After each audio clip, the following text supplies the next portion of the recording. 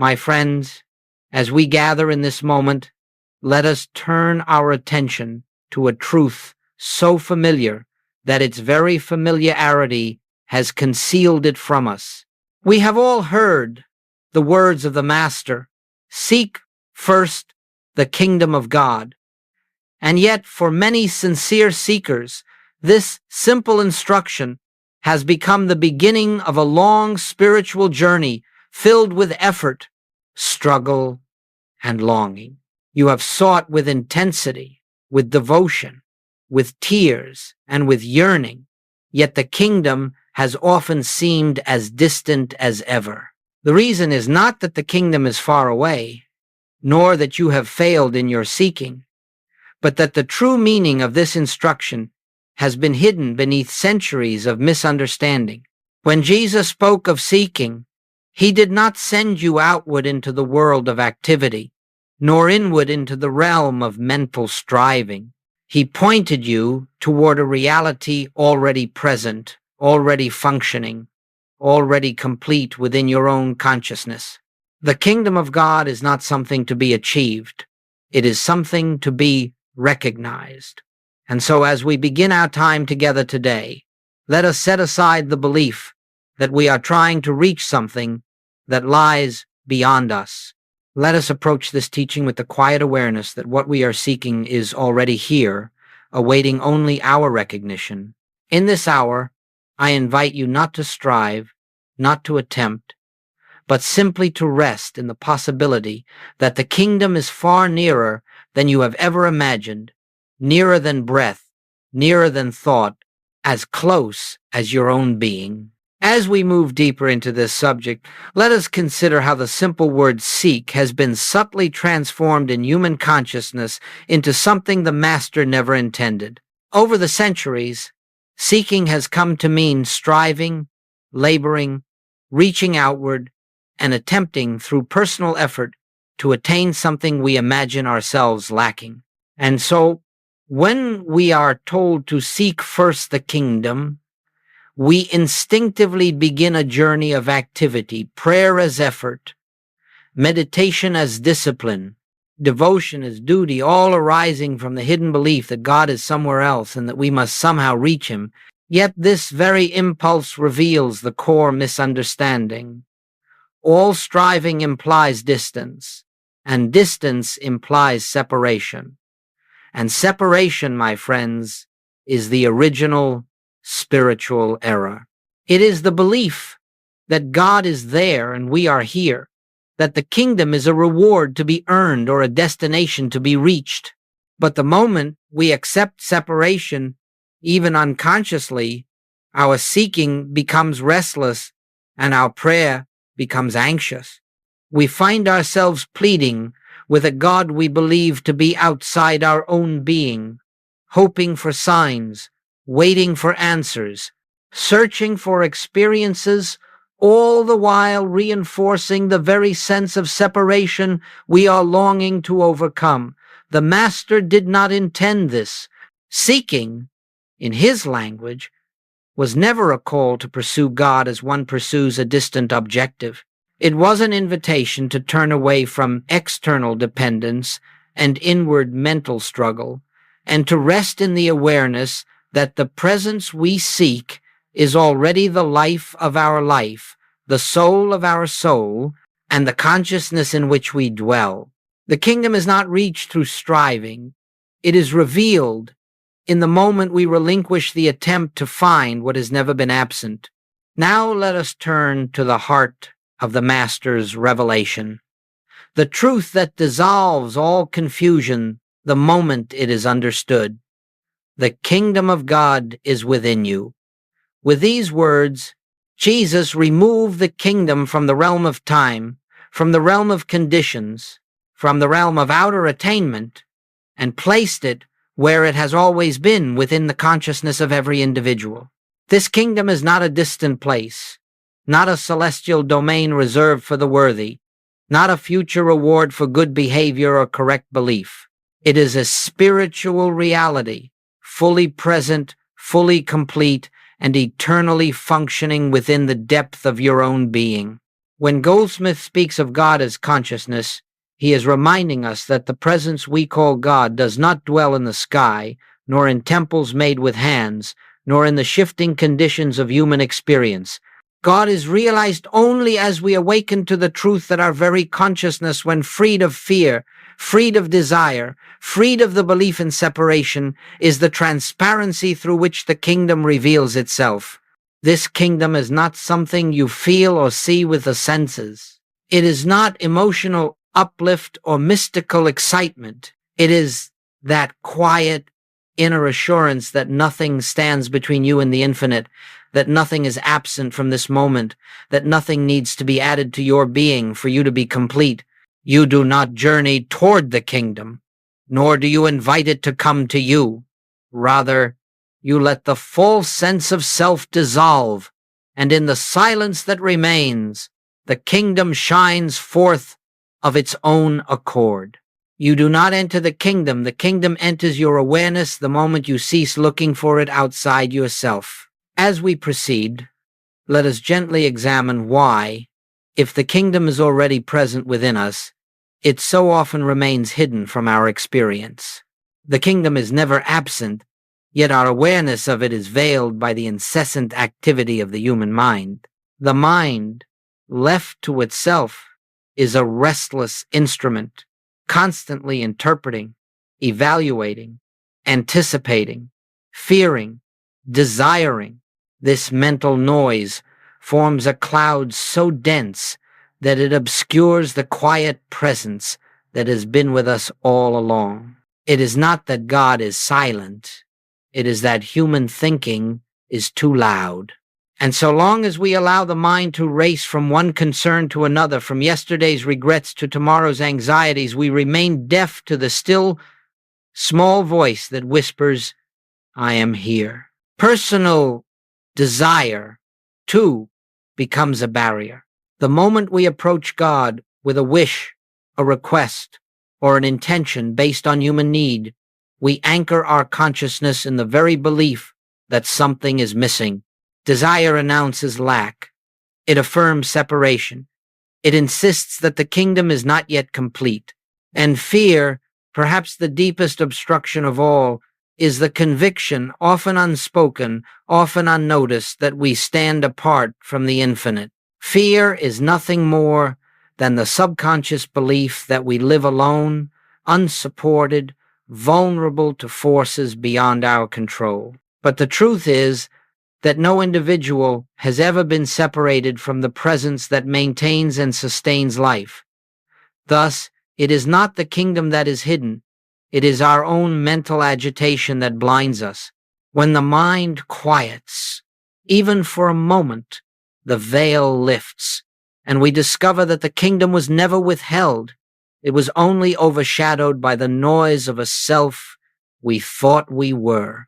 Let us now move into the turning point of the entire spiritual journey, the moment where the path ceases to be a path at all and becomes a recognition. For centuries, humanity has sought God as though God were an object to be attained, a presence to be summoned, a power to be persuaded. We have sought God with intensity, with longing, with devotion, but always with the subtle implication that God is somewhere outside our present awareness. Yet the Master's teaching and Goldsmith's continual reminder is that God cannot be found through seeking, for seeking assumes absence. We cannot discover God by reaching outward, nor by tightening the mind in an effort to grasp spiritual truth. The kingdom is not attained by pursuit. It is revealed by recognition. And so the great shift occurs when we abandon the posture of a seeker and assume the posture of one who is simply aware. When the mind stops struggling to achieve a spiritual state, when it releases its attempts to find God or reach God, a quiet space opens within us, a receptivity in which divine presence makes itself known. This is the meaning of those profound words, "Be still and know," not be still and hope, not be still and believe, but be still and know. Knowing is not effort, it is awareness. It is the silent recognition that God is the life that lives you, the breath that animates you, the consciousness in which you exist. In this recognition, you discover that the one you have been seeking has never been separate from your own being. Seeking God dissolves into knowing God, and knowing God dissolves the illusion of a self apart from God. Here begins the true spiritual life, not in the attempt to reach the infinite, but in realizing the infinite is already here, awaiting only your recognition. And now, my friends, let us turn to what may be called practice, not in the sense of a technique to master or a discipline to perfect, but as a way of allowing the kingdom to reveal itself in our awareness. You see, the kingdom does not come through effort, nor does it respond to intellectual analysis. It is not reached by affirmations, nor by repetition, nor by the attempt to condition the mind to believe certain truths. The kingdom comes into view only when the mind grows quiet enough for the truth that already is to be heard. This is why Goldsmith speaks of resting in the word. Resting means we cease trying to make truth act, and instead we allow truth to act upon us. We take a simple spiritual principle not to convince ourselves, not to claim anything, but to lift consciousness above the din of human thought. We sit in the awareness of a truth, such as, the kingdom of God is within me, or we abide in the simplicity of, I and the Father are one. Not repeating it, not forcing belief, but letting the words settle like a stone dropped into still water. There is no effort here, no straining for experience, no anticipation. We are not waiting for a sign. We are not hoping for a feeling. We are simply opening the inner ear to the presence already functioning as our very being. As the mind grows quiet, something subtle occurs. We sense, without any outward evidence, that we are not alone, that we are not separate, that the presence we call God is nearer than breath. And in that quiet recognition, the kingdom begins to disclose itself, not as a mystical event, not as an emotional high, but as a deep, steady, interior assurance. This is entering the kingdom, not through effort, but through receptivity. Not by trying to reach God, but by being still long enough to discover that God has never once withdrawn from us. As we continue, it is important to understand that the recognition of the kingdom does not suddenly remake the outer world through dramatic signs or spectacular changes. Rather, it quietly transforms the one who beholds it. When the kingdom is recognized, the first change is not in circumstances, but in consciousness. The anxieties that once drove us lose their claim over our attention.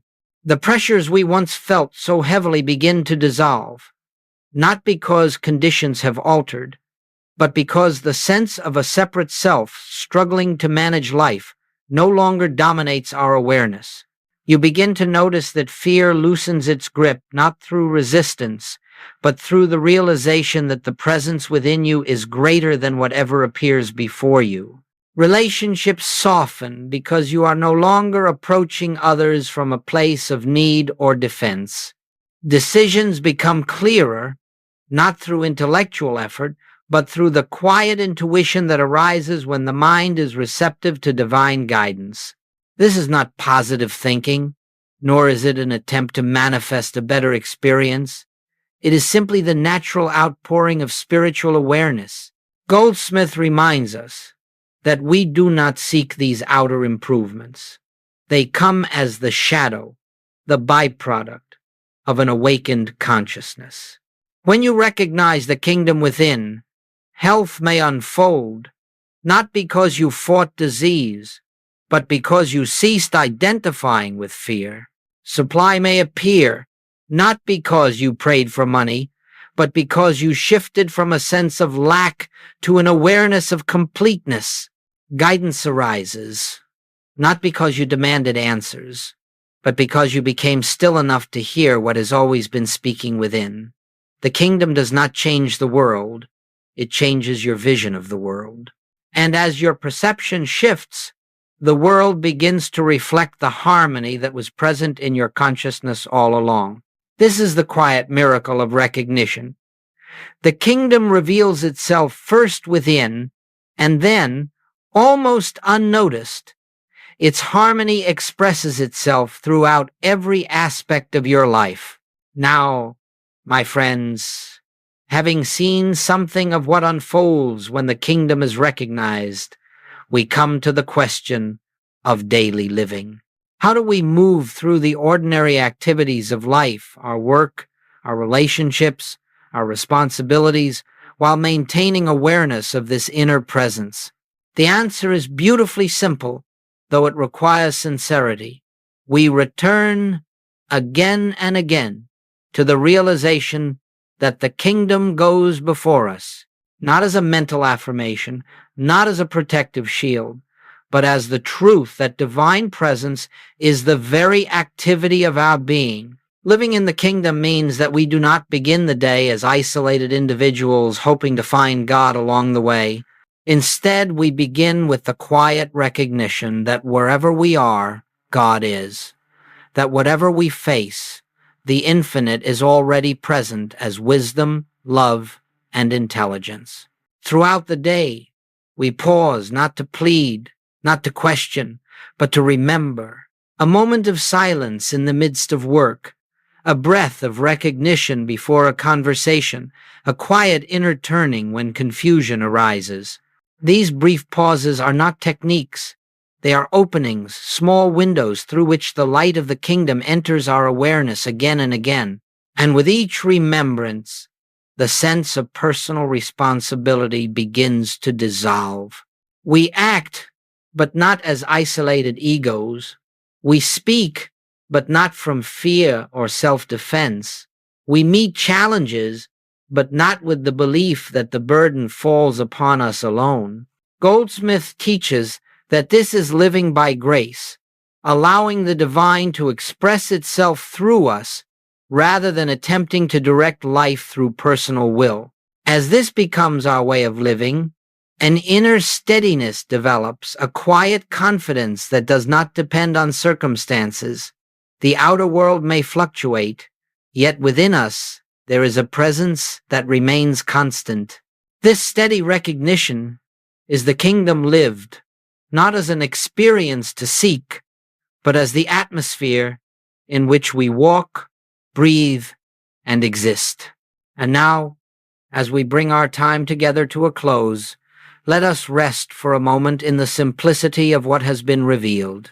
The kingdom of God, the very thing humanity has sought through prayer, ritual, striving, and longing, has never been distant, never withheld, never delayed. It has always been the silent foundation of your being, awaiting only the lifting of the veil created by fear, desire, and the belief in separation. You have not been journeying toward the kingdom. You have been awakening to it. Every moment of stillness, every surrender of mental effort, every quiet turning within has brought you nearer not to some far-off realm, but to the recognition of what has been eternally present. And so, as you leave this time of contemplation, do not think of yourself as one who must maintain a spiritual state or achieve a spiritual goal. Simply remember that the presence you have touched here goes with you. Remember that the kingdom is not an attainment, but a revelation. Remember that God is not outside, but the very life that lives you. And as you remember, a deep peace will accompany you, not the peace of favorable conditions, but the peace born of knowing that nothing can separate you from the infinite that constitutes your being. Let this awareness walk with you into every moment of your day, until the truth becomes as natural as breathing. The kingdom you sought was never beyond you, it was within you from the beginning.